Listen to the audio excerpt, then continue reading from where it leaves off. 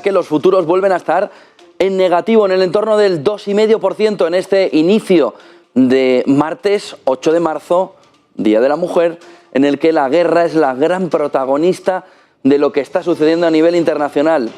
Nuevo día de guerra en el que, como ya les comentábamos ayer, se ha dado la vuelta a la moneda y Rusia ahora es la que amenaza a Europa con cortar el suministro del Nord Stream 1. Es la gran clave de la mañana.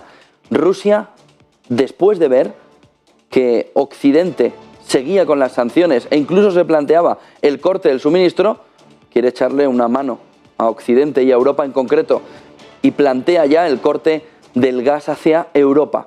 Lo ha dicho su ministro de Energía, le escucharemos en breve, diciendo claramente que el precio del gas no sube por culpa de Rusia, ni tampoco parece que tengan que aguantar de Europa, de Occidente, una amenaza sobre lo que está sucediendo. ¿Y qué ha hecho Estados Unidos? Pues marcharse a ver a Maduro para ver si Venezuela es la solución a sus problemas del petróleo. La guerra está haciendo aliados y amigos donde nadie se esperaba. Claves del día, en una mañana en la que sigue la imagen de la guerra, los swaps de Rusia, como ya apuntábamos ayer, señalan ya un 80% de probabilidades de impago. Estos swaps, unidos a los CDS, son ahora mismo una de las armas de inversión más clara que está buscando la banca privada a nivel mundial para buscar rentabilidades. Apuestan, juegan, invierten, especulan con que el default de Rusia no se produzca al final para conseguir altísimas rentabilidades. Y los swaps están marcando precisamente eso. Si ahora se llegara a un momento de paz o terminara rápidamente la guerra, en lo que parece un enorme error de cálculo de Vladimir Putin, parece, no sabemos si lo es o no, ese 80% de probabilidades de impago marcan una rentabilidad contra el credit default swap altísima. El oro en máximos históricos, pero ahora la pregunta que está haciendo sobre todo la banca privada es si es caro o es barato como cobertura. Una guerra larga, constante, podría perfectamente convertir al oro en la situación actual en un valor barato y de cobertura. Una vez que ahora sí el oro y no el Bitcoin parece que está siendo el canal, el cauce para donde va el dinero. Bill Ackman, lo vamos a ver enseguida.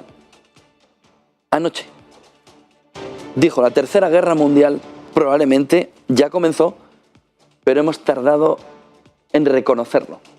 Parece de peli, pero está sucediendo. Ya se habla con total normalidad de la posibilidad de que una tercera guerra mundial, que es muchísimo más de lo que estamos viviendo entre Rusia y Ucrania, es decir, una expansión del conflicto, esté encima de la mesa. Si eso, dice Bill Ackman, está encima de la mesa, hay que cambiar la manera de invertir, la manera en la que nuestra economía se va a comportar y, ojo, porque ahí la afección directa va contra los bancos centrales. Lo que ahora mismo se está planteando, justo en la semana en la que pasado mañana escucharemos a Christine Lagarde, el Banco Central Europeo, es cuál es el mecanismo que tiene un banco central para poder actuar sobre la oferta. Porque la crisis que tenemos ahora mismo y el aumento de la inflación no vienen por la demanda. Banco Central Europeo, Reserva Federal, Banco de Japón, Banco de Inglaterra, puede actuar contra la demanda retirando estímulos de la economía y sobre todo subiendo tipos de interés para bajar la demanda interna. Pero fíjense, y lo comentaba ayer José Luis Cava, aquí en Negocios Televisión, tenemos un momento de esta inflación unido a una crisis de liquidez. Imagínense qué podría suceder el 16 de marzo cuando la Reserva Federal, Jerome Powell, salga al mercado a decir esa famosa subida de tipos, si al final no la hiciera, o si aun haciéndola, inyecta más dinero en el mercado, porque en el fondo lo que está viendo es una crisis de liquidez, unido a un momento de esta inflación, pero una crisis de liquidez. Imagínense el movimiento alcista que podría tener el mercado después de la depresión que estamos viviendo, si después de todo lo que hemos vivido, la Fed o no sube tipos, o los sube pero inyecta, para pelear, por un lado, contra la demanda interna, que tampoco es que lo necesite demasiado, porque está pelín deprimida, pero para intentar que la crisis de liquidez que empieza a verse ya no ahogue y nos lleve a una depresión, no recesión, depresión económica. Ese es el punto ahora mismo clave empujado por esta palabra de Bill Ackman. Si ya estamos, pero no nos hemos dado cuenta en un entorno prebélico, al final tampoco es que la guerra mundial llegara a Hitler y de un día para otro pusiera una guerra. El momento de escalada, el momento de creación del telón de acero, si se estuviera produciendo ahora para conducirnos a una tercera guerra mundial, lo que no tiene sentido es pensar como en enero, antes de la guerra, que debía comportarse la economía y la reacción del mercado. El precio de la energía, el punto clave ahora, aquí en España, está si el gobierno va a intervenir los precios de la energía. Por un lado, las comercializadoras están pidiendo que se intervenga para reducir el precio. Por otro lado, es evidente que si tenemos un precio del gasoil en gasolinera por un lado, cerca, tocando los 2 euros y la mitad de ese precio lo tiene el gobierno en impuestos y está subiendo la inflación y está bajando la renta disponible, pues un gobernante, un ministro / ministra de Economía diría, vamos a reducir impuestos a la energía porque el coche lo coge todo el mundo, incluyendo el que menos tiene. ¿No quiere ser muy socialista? Interven. Oye, ahora no es el mejor momento para forrarme con los impuestos del petróleo. Lo reduzco, contenemos inflación, que hay una previsión del 10% en primavera, que afecta a todos, porque el pan sube para todo el mundo. Puede intervenir, pero la duda está en si el gobierno, en el fondo, quiere intervenir o lo que quiere es que no le bajen los gastos, los ingresos, perdón, de un presupuesto general del Estado que no se lo cree nadie ya. Y que probablemente en ingresos tenga la mitad de lo que tiene, con lo que tiene el problema de sus cuentas públicas frente al bolsillo de usted y de mío y de todos. Balanza del gobierno. ¿Mis cuentas o el ciudadano? El ciudadano, mis cuentas. ¿Rebajo los impuestos o engancho los impuestos? Rebajo los impuestos, engancho los impuestos. Parece claro, ¿no? Lo más normal es que el gobierno resuelva esta duda existencial diciendo que el escudo social se vuelve a poner en marcha y que vamos a proteger a aquellos que... Va, a nadie, a 4.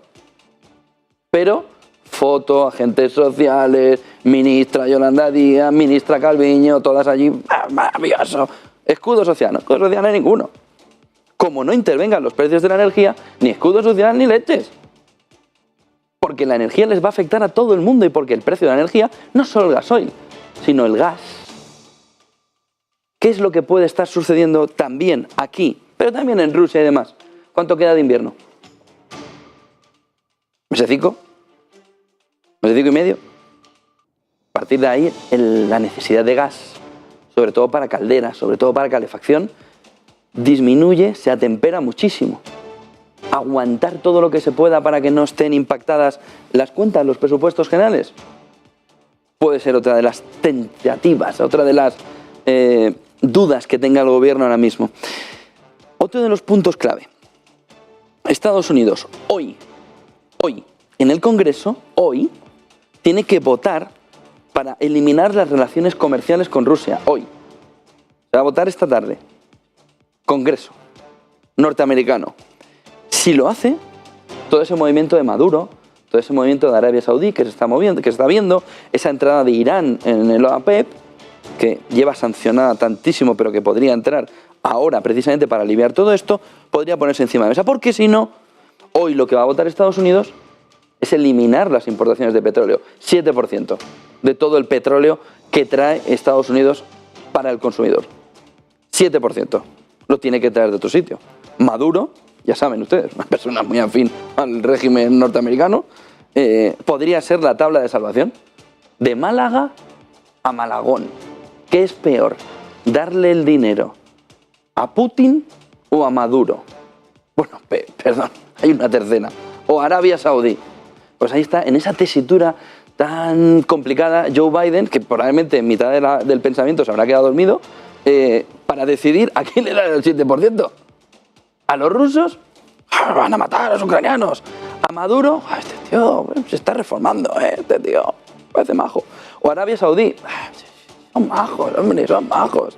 Joe Biden, en su discusión mental sobre a quién le compra el precio del petróleo.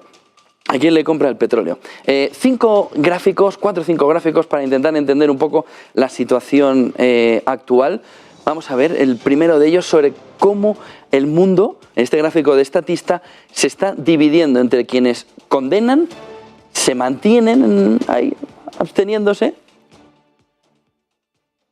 los amigos chinos, y quienes condenan, Rusia por supuesto y toda su área de influencia, salvo Ucrania, y salvo estas repúblicas de aquí exsoviéticas, pero Bielorrusia por supuesto, y luego tenemos casualmente toda la zona que quiere pactar el petróleo Estados Unidos, pero bueno, Maduro tiene sus dudas en esta parte de Centroamérica y del sur de América, y luego tenemos, bueno, pues que el telón de acero entre lo azul y lo rojo es cada vez mayor, pero que si sumamos toda la parte amarilla, tenemos que se dividiría el mundo en todo Asia prácticamente, entre lo amarillo y lo rojo, es decir, entre lo prorruso y lo neutral, pero claro, lo neutral es China, muy neutral tampoco es, y la parte occidental que empieza por Europa y que nos acaba aquí. Clarísimo el telón de acero si no se arregla la situación. Otro de los gráficos de la mañana nos lleva